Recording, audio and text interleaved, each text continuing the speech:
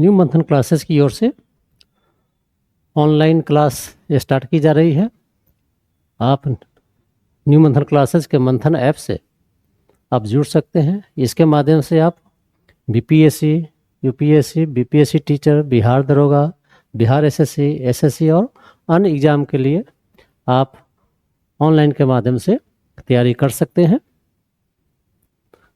आज हम लोग शुरू करने जा रहे हैं 1857 का विद्रोह। 1857 का विद्रोह पढ़ने से पहले कुछ इस ईस्वी का महत्व समझना जरूरी है। यदि आप इसको ग्राफ के थ्रू समझ सकते हैं तो पहले समझिए आप 1757, 1857 और 1947। ब्रिटिश शासन के इतिहास में यदि ग्राफ के माध्यम से इस 1857 के विद्रोह का महत्व को देखा जाए तो यह एक हिस्टोरिकल ईयर है, ऐतिहासिक वर्ष है।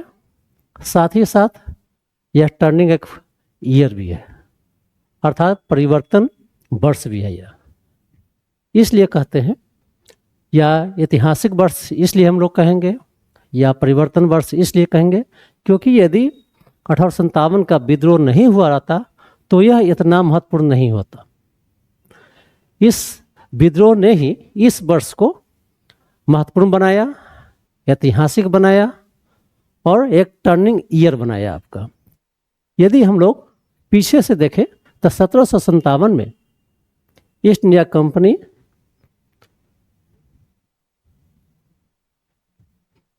एक पावर सेंटर बनता है प्लासी के युद्ध के बाद।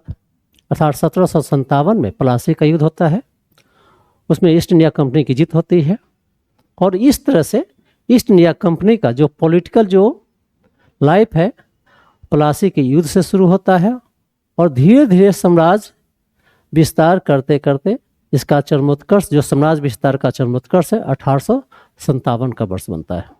अर्थात 1757 से लेकर के 1857 तक, अर्थात 100 वर्षों की अवधि में, 100 वर्षों की जो अवधि है वह ईस्ट इंडिया कंपनी का, या कहे कि ब्रिटिश साम्राज्य का विस्तार का काल है यह।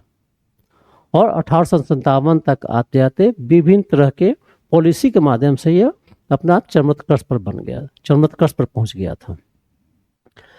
एक तरफ हुआ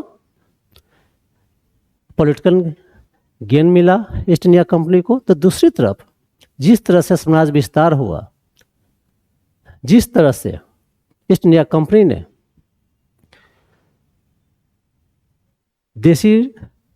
देसी रजवाड़ों को अपने अधीन किया, जिस तरह से इकोनॉमिक पॉलिसी अपनाया, आर्थिक नीतियां अपनाया, तो इन वर्षों में साम्राज्य विस्तार इसका एक उपलब्धि रहा। तो दूसरी तरफ ईस्ट इंडिया कंपनी के खिलाफ लोगों में असंतोष भी पैदा होते चला गया। तो 1857 का जो ईयर है, अर्थात 1857 का जो विद्रोह है, तो यह इसलिए ऐतिहासिक है, हिस्टोरिकल है। यदि 1757 से 1857 का जो एरा है, युग है, यदि साम्राज्य विस्तार का काल था, साम्राज्य विस्तार का काल था, साथ ही साथ यह काल कंपनी शासन का भी था, अर्थात ईस्ट इंडिया कंपनी ने शासन किया।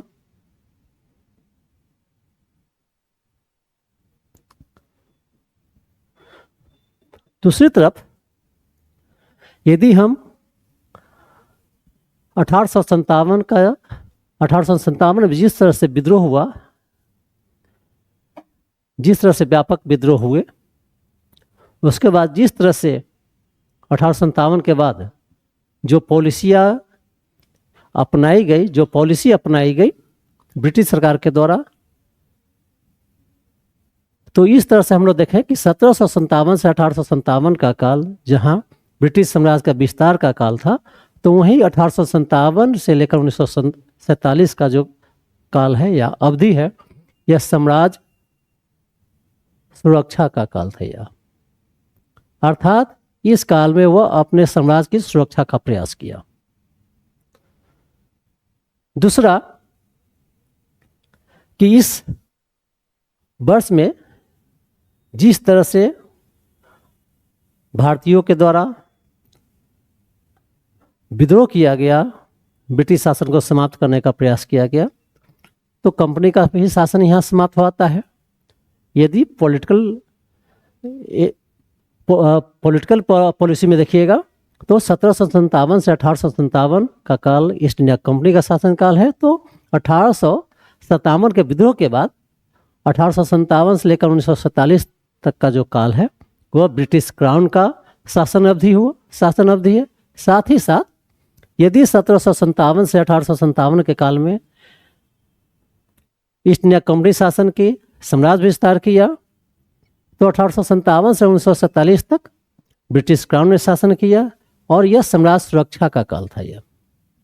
और 1857 के बाद से ही धीरे धीरे राष्ट्रवाद का उदय होता है और 1857 से लेकर 1947 के बीच में उसके बाद राष्ट्रवाद का उदय होता है 19वीं शताब्दी के उत्तरार्ध में, और राष्ट्रवादी आंदोलन की शुरुआत हो जाती है, नेशनल मूवमेंट की शुरुआत हो जाती है और धीरे धीरे यह स्ट्रॉन्ग होते चला जाता है और 1947 में ब्रिटिश क्राउन का शासन समाप्त हुआ है।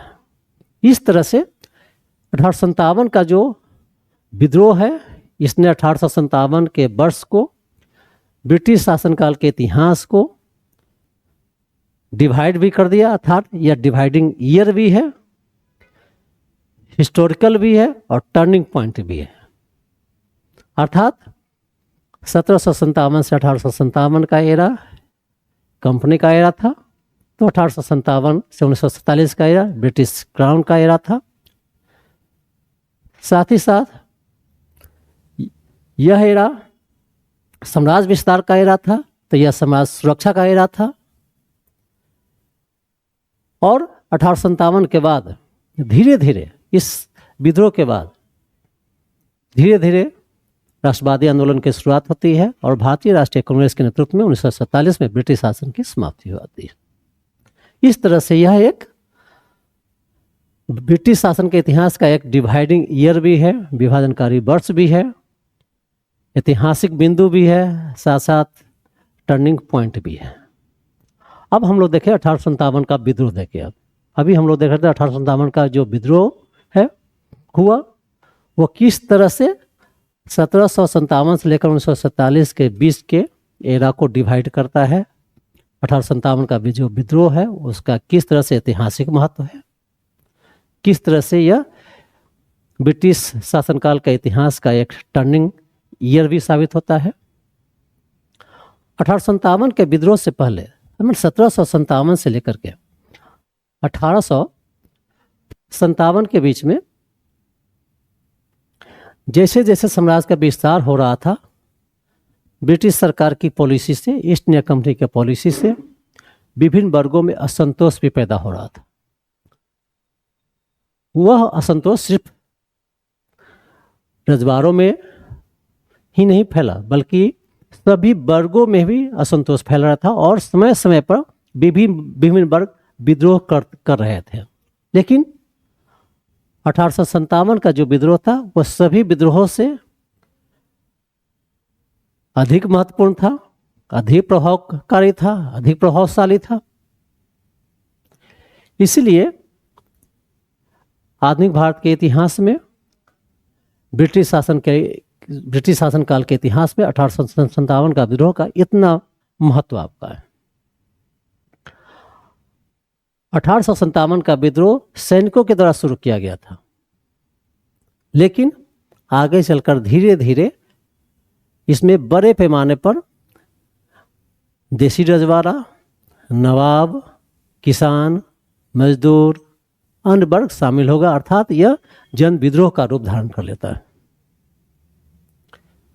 विद्रोह और क्रांति में यह समझ ले आप कि जो जन आंदोलन असफल हो जाता है वह विद्रोह कहलाता है।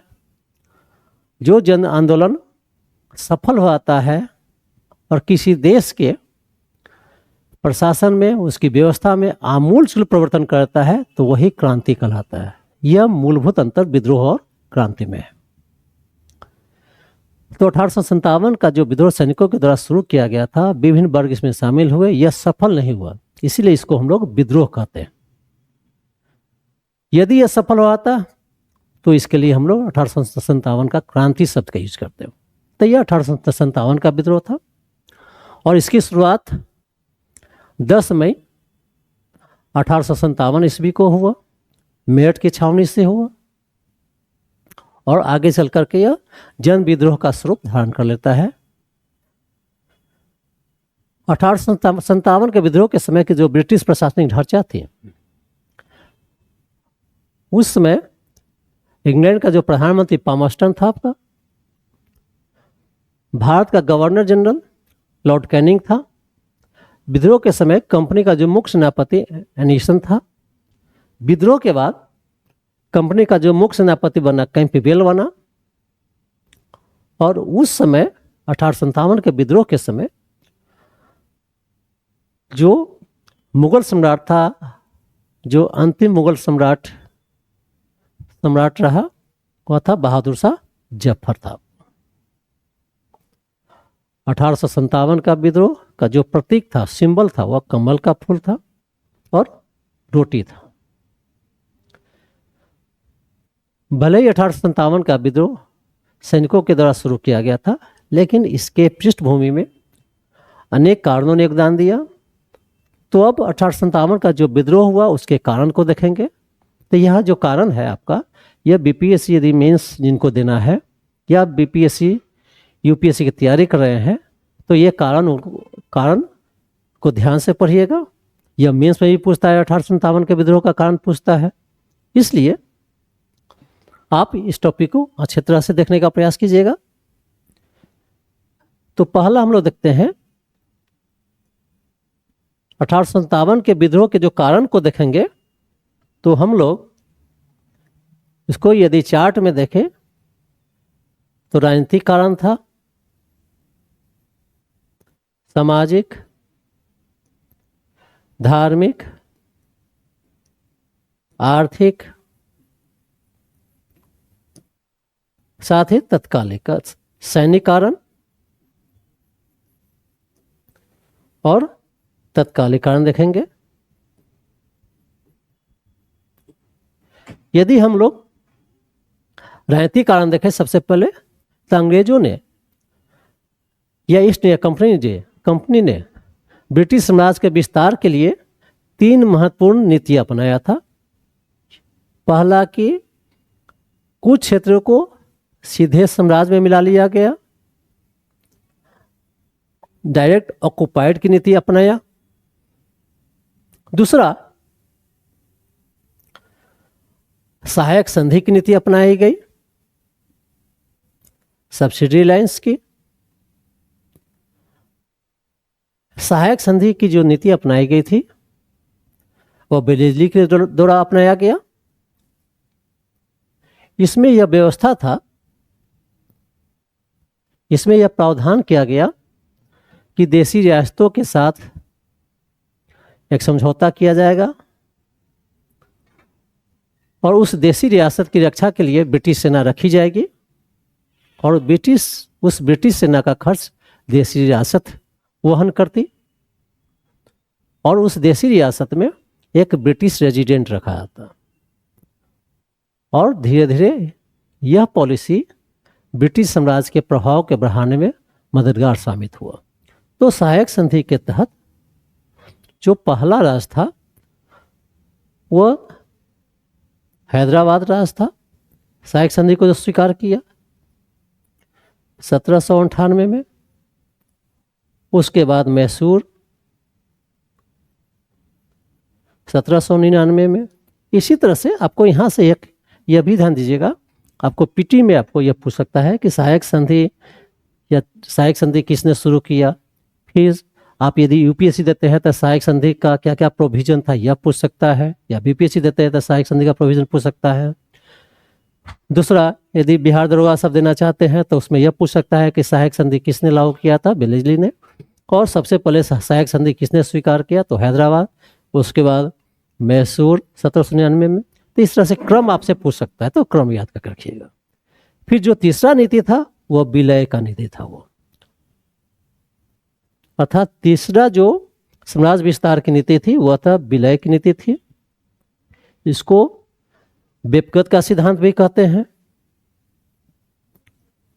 इसको इंग्लिश में डॉक्ट्रिन ऑफ लैप्स भी कहते हैं। अर्थात यह डॉक्ट्रिन ऑफ लैप्स डलहौजी के द्वारा लागू किया गया था और इसमें यह था, जो प्राचीन काल में यह व्यवस्था थी कि जिस देशी रियासत का अपना स्वाभाविक उत्तराधिकार नहीं था वह दत्तक पुत्र ग्रहण कर सकता था, यह उसका निजी अधिकार था। लेकिन जैसे जैसे ब्रिटिश शक्ति में वृद्धि हुई तो डलहौजी ने ब्रिटिश साम्राज्य के विस्तार के लिए यह नीति अपनाया कि जिस राज्य का अपना स्वाभाविक उत्तराधिकार नहीं है, नेचुरल उत्तराधिकार नहीं है, तो उसकी स्वीकृति ब्रिटिश सरकार से लेना पड़ता था। ब्रिटिश सरकार से लेना अनिवार्य बना दिया। लेकिन ब्रिटिश सरकार ने यह अधिकार नहीं देती थी और उस राज्य को ब्रिटिश समाज में विलय कर देता था। इसी को कहा गया विलय की नीति। तो इस विलय की नीति के तहत, डॉक्ट्रिन ऑफ लैप्स के तहत, सबसे पहले सतारा है 1848 में, जैतपुर है, फिर इसी तरह से संभलपुर है। तो यहाँ भी आप याद करके रखिएगा कि डॉक्ट्रिन ऑफ लैप्स की नीति किसके द्वारा लागू किया गया था। डॉक्ट्रिन ऑफ लैप्स के तहत, डॉक्ट्रिन ऑफ लैप्स में क्या प्रोविजन था, यदि कॉन्सेप्ट बेस पूछेगा तो डॉक्ट्रिन ऑफ लैप्स का प्रोविजन आपको दे देगा पीटी में। यूपीएससी देते हैं तो यहाँ से आपका शॉर्ट नोट्स में भी दे सकता है। दूसरा पूछ देगा कि डॉक्ट्रिन ऑफ लैप्स के तहत जो क्रम सीरीज में पूछ देगा कि सबसे पहले किसका विलय किया गया, फिर उसके बाद किसका किया गया, फिर उसके बाद किसका किया गया था। तो इस तरह से सीरीज में भी पूछ सकता है, तो यह भी ध्यान देकर याद कीजिएगा। फिर आगे चल करके इसी डॉक्ट्रिन ऑफ लैप्स के नीति के तहत 1854 में झांसी को विलय कर दिया गया। फिर कुशासन के आधार पर अवध का विलय ब्रिटिश साम्राज्य में कर दिया गया। तो यहाँ पर याद रखिएगा कि बहुत बार यह पूछा गया है कि किस आधार पर अवध का ब्रिटिश साम्राज्य में विलय किया गया, तो कुशासन के आधार पर, मिस गवर्नेंस के आधार पर। फिर आगे चल करके नाना साहब का पेंशन रोक दिया गया। जब बाजीराव द्वितीय की मृत्यु आती है तो नाना साहब का पेंशन रोक दिया गया 1851 में। इससे भी लोगों में असंतोष फैला देशी रजवाड़ों में। फिर कैनिंग के द्वारा जिस तरह से मुगल बादशाह के बारे में बयान दिया गया, उससे भी लोगों में असंतोष फैला, क्योंकि उस समय अधिकांश लोगों की आस्था मुगल सम्राट के प्रति था। कैनिंग ने यह बोला था कि बहादुर शाह जफर के बाद उसके उत्तराधिकारी को, जो बहादुर शाह जफर है, उनकी सारी सुविधाएं बंद कर दी जाएगी। इस तरह से देशी रजवाड़ा में असंतोष फैला। फिर आगे चल करके कंपनी ने अपना इनकम बढ़ाने के लिए, आय बढ़ाने के लिए 3 तरह की भूराजस्व नीति अपनाया था। क्योंकि उस समय भारत का जो अर्थव्यवस्था था कृषि प्रधान था, राज्य की आय का मुख्य साधन भूराजस्व था, लैंड रेवेन्यू था। तो 3 तरह का भूराजस्व नीति अपनाया। अस्थाई, परमानेंट सेटलमेंट कहता है, महलवारी और रैयतवारी। इस तरह से 3 तरह का भूराजस्व नीति लागू किया। और इस भूराजस्व नीति से शोषण, इस नीति से सर्वाधिक शोषण किसानों का हुआ।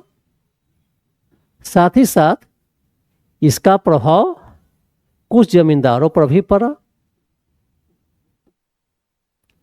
अर्थात कुछ जमींदार भी प्रभावित हुए, और सर्वाधिक शोषण किसानों का हुआ इस नई भूराजस्व नीति से। तो जो जमींदार प्रभावित हुए वह भी ब्रिटिश के खिलाफ हो गए, ब्रिटिश शासन के खिलाफ हो गए। किसानों का शोषण हुआ था, उसमें असंतोष तो बढ़ ही रहा था।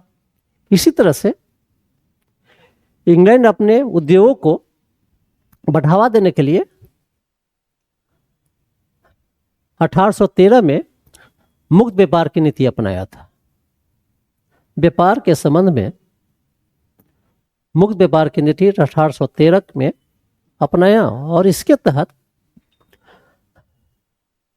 अब व्यापारी का एक अधिकार समाप्त कर दिया कंपनी का, और वहाँ से बड़े पैमाने पर अब तैयार वस्तु आने लगे।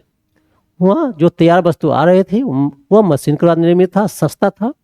तो इस तरह से असमान अनइक्वल कंपटीशन शुरू हो गया भारतीय अर्थव्यवस्था में, और इसका प्रभाव यह पड़ा कि घरेलू जो उद्योग था वह बर्बाद हो गया। जब घरेलू उद्योग बर्बाद होगा तो स्वाभाविक है एक प्रभाव किस पर पड़ेगा, कारोबारी पर प्रभाव पड़ेगा। व्यापारी बर्बाद हो गए, साथ ही साथ उससे जुड़ा हुआ जो कारीगर था वह बर्बाद हो गया, अर्थात उसका व्यापारिक ट्रेड पॉलिसी से, कमर्शियल पॉलिसी से व्यापारी बर्बाद हो गया। उसका प्रभाव फिर कारीगर पर पड़ा, तो व्यापारियों में भी असंतोष पैदा हुआ, कारीगर में भी असंतोष पैदा हुआ। फिर जो पुरानी शासन व्यवस्था समाप्त हो रही थी, जिसका विलय कर दिया जाता था ब्रिटिश समाज में, सिर्फ देशी रजवाड़ा का ही प्रभाव समाप्त नहीं होता था, बल्कि उससे जो जुड़े हुए जो सैनिक थे, कर्मचारी थे, वो भी बेरोजगार हो जाते थे। अर्थात ब्रिटिश सरकार की आर्थिक नीति ने भी किसानों में, व्यापारियों में, कारीगरों में, सैनिकों में और देशी रजवाड़ा के कर्मचारियों में भी असंतोष पैदा किया। आगे चल करके फिर ब्रिटिश सरकार ने एक प्रोग्रेसिव पॉलिसी के तहत, प्रगतिशील नीति के तहत भारत के सामाजिक व्यवस्था में सुधार करने का प्रयास किया। जैसे सती प्रथा बंद कर दी गई, बाल विवाह पर रोक लगाने का प्रयास किया गया, इसी तरह का प्रयास किया गया था। लेकिन भारतीय समाज वो अपने जीवन में ब्रिटिश शासन का हस्तक्षेप माना। इससे भी भारतीयों में ब्रिटिश शासन के प्रति असंतोष उत्पन्न होता है। अगला, ब्रिटिश सरकार का जो धार्मिक जो नीति थी, उसकी जो धार्मिक गतिविधियां थी, उसके कारण भी भारतीयों में असंतोष पैदा होता है। ब्रिटिश सरकार ने भारत में ईसाई धर्म प्रचारकों को छूट दे दिया ईसाई धर्म प्रचार करने के लिए।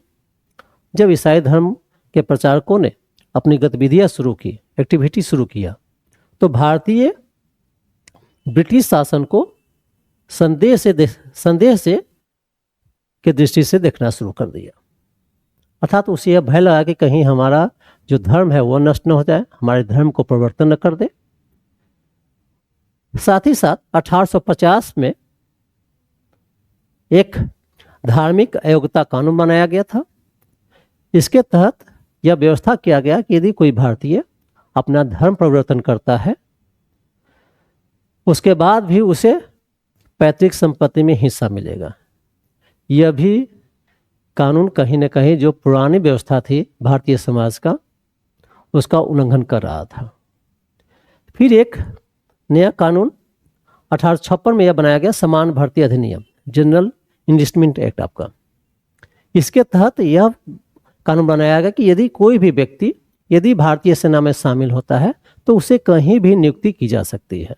जबकि भारतीय समाज के धार्मिक व्यवस्था में यह व्यवस्था था कि यदि कोई भी व्यक्ति यदि समुद्र पार करता है तो उससे पुनः भारतीय समाज में शामिल नहीं किया जाएगा, परिवार में शामिल नहीं किया जाएगा। तो यह व्यवस्था भी भारतीयों में असंतोष पैदा किया। भारतीय ब्रिटिश शासन काल में ब्रिटिश शासन का जो एक प्रमुख अंग भारतीय सैनिक थे, भारतीय सैनिक भी असंतुष्ट थे। ब्रिटिश नीति से भारतीय सैनिकों में भी असंतोष था। असंतोष का कारण क्या था कि जिस तरह से भारतीय समाज को ब्रिटिश नीतियों का भारतीय समाज पर प्रभाव पड़ा था, भारतीय परिवार पर प्रभाव पड़ा था, उसका अनुभव भारतीय सैनिक भी कर रहे थे। साथ ही साथ भारतीय सैनिकों के साथ नस्लीय भेदभाव किया जाता था। जो सम्मान मिलना चाहिए, जो प्रेस्टीज मिलना चाहिए, वो नहीं मिल पा रहा था। दूसरा, भारतीय सैनिकों को वेतन भी कम मिल रहा था यूरोपीय सैनिकों की तुलना में। भारतीय पैदल सिपाही को 7 रुपये मिलता था, जबकि घुड़सवार सिपाही को 27 रुपये मिलता था। तो वेतन भी कम था, नस्लीय भेदभाव भी किए जा रहे थे। साथ ही साथ जिस तरह से ब्रिटिश पॉलिसी से भारतीय परिवार पर प्रभाव पड़ रहा था, उसका भी अनुभव हो रहा था। पदोन्नति प्रमोशन का भी उस पदोन्नति के माध्यम से भारतीय सैनिक बड़े पोस्ट पर पहुंच नहीं सकते थे, सिर्फ वह हवलदार और सूबेदार ही बन सकते थे। तो इस तरह से जो ब्रिटिश पॉलिसियां थी, उससे सैनिकों में भी असंतोष पैदा हुआ और यह असंतोष वर्षों से चला रहा था। लेकिन उस समय में आग में घी का काम कौन किया? वह था एनफील्ड राइफल। आपका एनफील्ड राइफल को पहले ब्राउन बेस राइफल का यूज किया जा रहा था, अब एनफील्ड राइफल को 1 जनवरी से 1857 ईस्वी को इंट्रोड्यूस किया गया। और इसमें खासियत था कि जो कारतूस यूज किया जाता था उसको मुंह से खुला पड़ता था। यह अफवाह फैला कि जो कारतूस खुला आता है उसमें गाय और सुअर का चर्बी का यूज किया जाता है। यह हिंदू और मुस्लिम दोनों के लिए, दोनों वर्गों के सैनिकों में धर्म से संबंधित एक महत्वपूर्ण मुद्दा बन गया और सैनिकों में यह अफवाह फैले कि ब्रिटिश शासक हमारे धर्म को भ्रष्ट करना चाहता है। और इसी के साथ जो एनफील्ड राइफल था उसका विरोध शुरू होता है। और उस विद्रोह की शुरुआत कहाँ से होता है? बैरकपुर छावनी से। बैरकपुर छावनी की जो 34वीं एनआई रेजिमेंट था,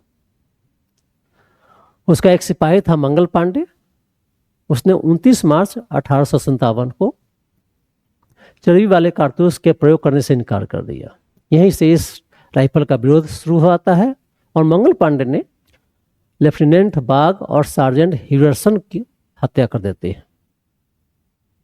दी और 8 अप्रैल को मंगल पांडे को फांसी दे दी जाती है। फिर इसी तरह से 9 मई 1857 ईस्वी को मेरठ छावनी का प्रशासनिक सैनिकों ने विद्रोह कर दिया।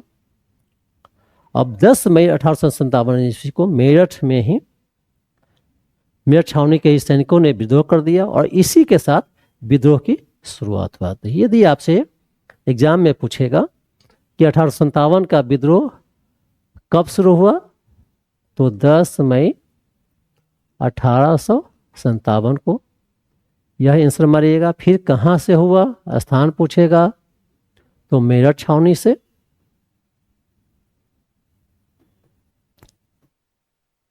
उनतीस मार्च नहीं मारिएगा। यदि आपसे पूछेगा कि चर्बी वाले कारतूस का यूज करने से किस सैनिकों ने अस्वीकार कर दिया या उस चर्बी वाले कारतूस का विरोध किसने किया, तब आप मंगल पांडे मारिएगा। मंगल पांडे किस छावनी से बिलोंग करते थे, तो बैरकपुर छावनी। बैरकपुर कहाँ है, तो बंगाल में आपका है। तो क्वेश्चन पूछने का तरीका अलग रहेगा। यदि सिर्फ सिंपल पूछेगा कि 1857 का विद्रोह की शुरुआत कब हुई, कहाँ से हुई, तो सीधे 10 मई 1857 को और मेरठ छावनी से। मेरठ के बाद जो विद्रोही सैनिक थे दिल्ली चले गए। अब यह मेरठ से इस विद्रोह की शुरुआत होती है। अब मेरठ के बाद मेरठ से सटा हुआ दिल्ली था।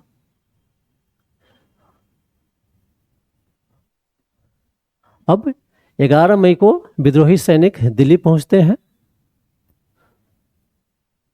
और 12 मई को मुगल सम्राट बहादुर शाह जफर को भारत का सम्राट घोषित कर दिया जाता है विद्रोही सैनिकों के द्वारा।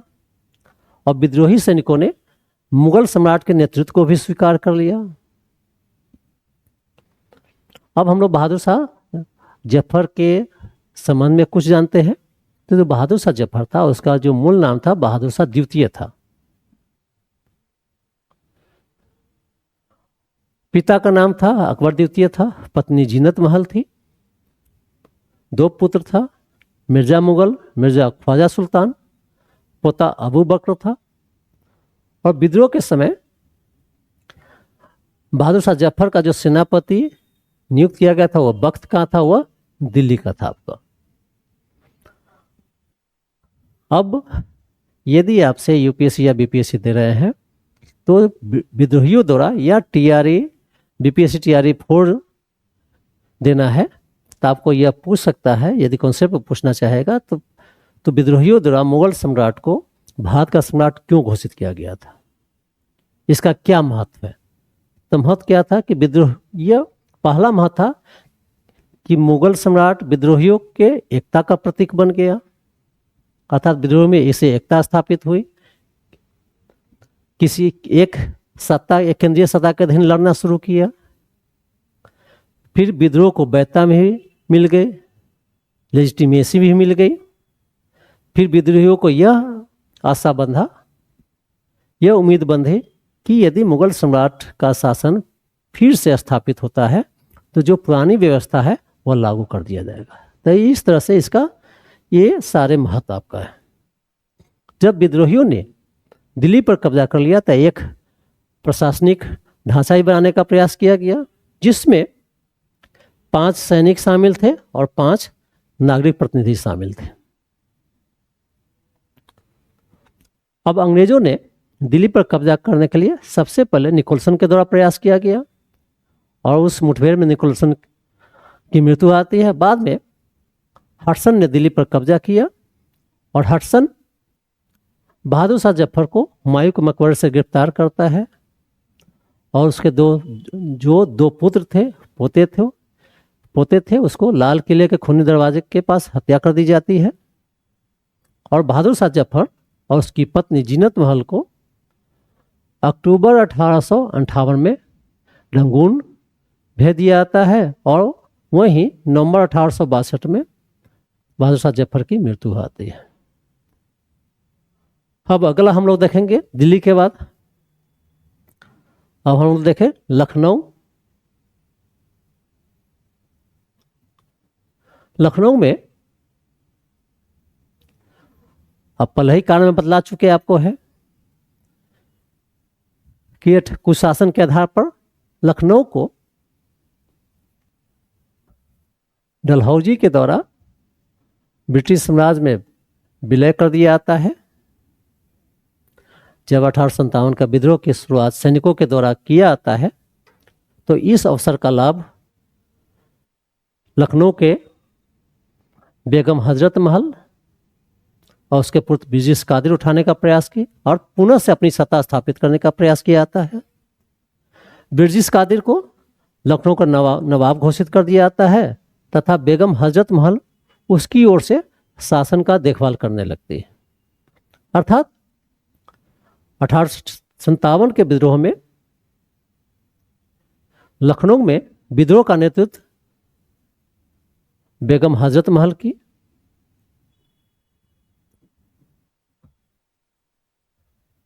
और उसका पुत्र ब्रिजेश कादिर था। अब ब्रिजेश कादिर क्या रिएक्शन दिया, तो जब ब्रिजेश कादिर को नवाब घोषित कर दिया गया तो मुगल सम्राट के सम्मान में ब्रिजेश कादिर ने मुगल सम्राट को बादशाह स्वीकार कर लिया तथा स्वयं को मुगल सम्राट का प्रतिनिधि घोषित किया। लखनऊ में बेगम हजरत महल तथा ब्रिजेश कादिर का सहयोग किसको मिला, तो मौलवी अहमदुल्ला का मिला। तो आपसे यह पूछ सकता है, पूछा भी गया है कि लखनऊ में किसने विद्रोह किया, उसका सहयोगी कौन था, तो अहमदुल्ला था आपका। फिर गिरफ्तारी से बचने के लिए हजरत महल नेपाल चली जाती है। आगे चल करके कैंपबेल ने 1 मार्च 1858 ईस्वी को लखनऊ पर कब्जा कर लेता है। इस तरह से लखनऊ में जो विद्रोह होता है, लखनऊ में जो विद्रोह बेगम हजरत महल के द्वारा की जाती है वह समाप्त होता है। अवध के बारे में थोड़ा सा 1 से 2 लाइन देख ले कि अवध सहायक संधि को 1801 में स्वीकार कर लिया था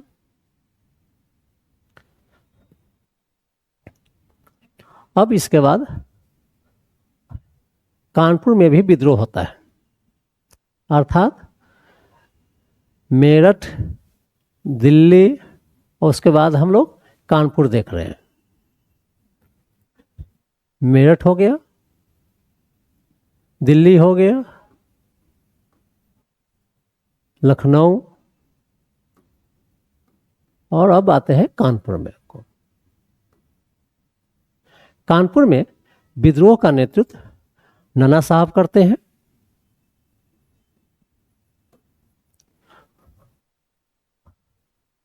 अब नाना साहब के बारे में समझ ले।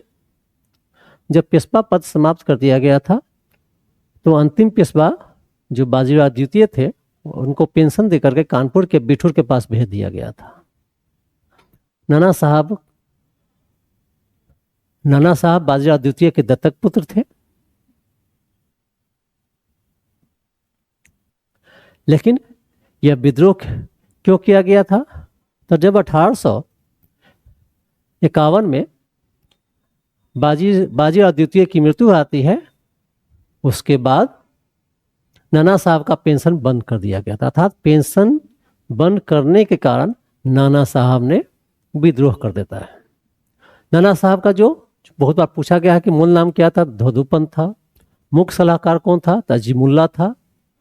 सेनापति कौन था? तात्या टोपे था। यह भी पूछा तात्या टोपे का मूल नाम क्या है? रामचंद्र पांडुरंग है आपका। कानपुर में विद्रोह की शुरुआत 5 जून को होता है। नाना साहब ने स्वयं को मुगल सम्राट का पेशवा घोषित किया, यह भी पूछा हुआ है TRE 3 में। फिर नाना साहब ने बहादुर शाह जफर के गवर्नर के रूप में कार्य करना शुरू किया और अंत में गिरफ्तारी से बचने के लिए नाना साहब नेपाल चले जाते हैं। फिर से कैंपबेल के द्वारा 6 सितंबर 1857 को कानपुर पर कब्जा कर लिया जाता है। इस तरह से कानपुर में जो विद्रोह किया गया था नाना साहब के द्वारा वो भी समाप्त हो जाता है। अब हम लोग देखें झांसी के बारे में।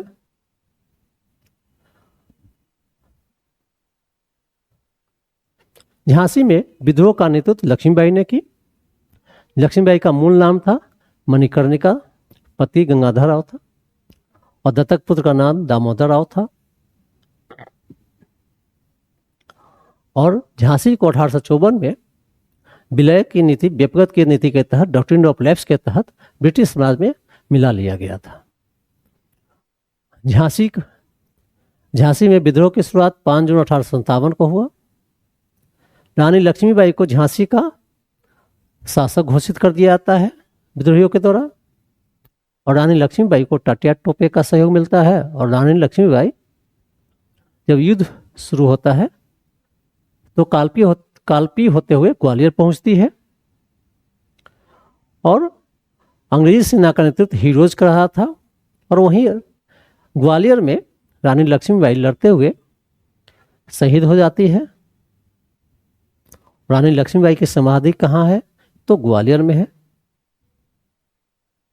और इस तरह से अप्रैल 1858 में झांसी पर भी ब्रिटिश सरकार के द्वारा कब्जा कर लिया जाता है। हीरोइज का लक्ष्मीबाई के संबंध में एक कथन है जो बहुत बार पूछा गया है एग्जाम में कि विद्रोहियों में एकमात्र जो मर्द थी वह लक्ष्मीबाई थी। तो इस तरह से झांसी में जो विद्रोह हुआ उस विद्रोह का भी दमन कर दिया गया। इलाहाबाद में विद्रोह का नेतृत्व लियाकत अली के द्वारा किया गया था।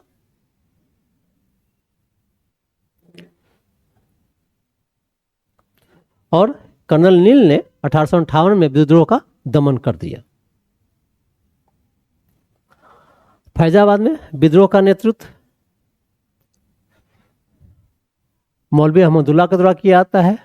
फैजाबाद का विद्रोह का भी दमन 1858 में कैंपबेल के द्वारा कर दिया जाता है। बरेली में खान बहादुर ने 1857 ईस्वी में विद्रोह का नेतृत्व किया। ये सब नाम याद करके रखिएगा, किसी भी प्रकार से पूछ सकता है।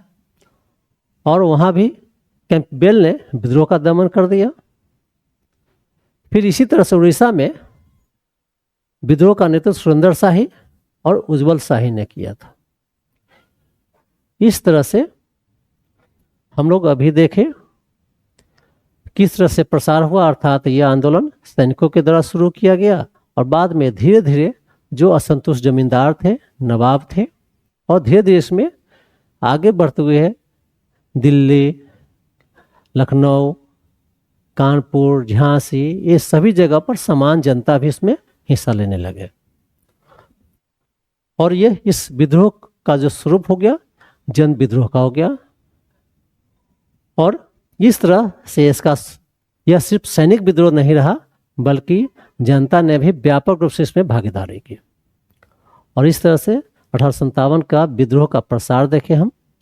इसमें कारण जो देखे हैं, तो कारण आपका बीपीएससी मेंस में भी आप इसका यूज कर सकते हैं। यूपीएससी की तैयारी कर रहे हैं तो यूपीएससी में भी इस कारण का यूज कर सकते हैं। यह मेंस में पूछा जाता है। तो अभी हम जो इसका प्रसार अभी देखे हैं, यह 1857 का विद्रोह का यह पहला वीडियो है।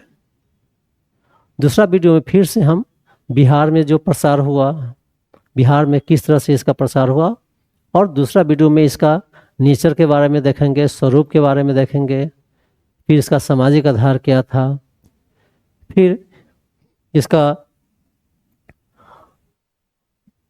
असफलता के कारण देखेंगे, फिर प्रभाव देखेंगे। हम यह जो बाकी बचे हुए हैं वो हम दूसरा वीडियो में देखेंगे।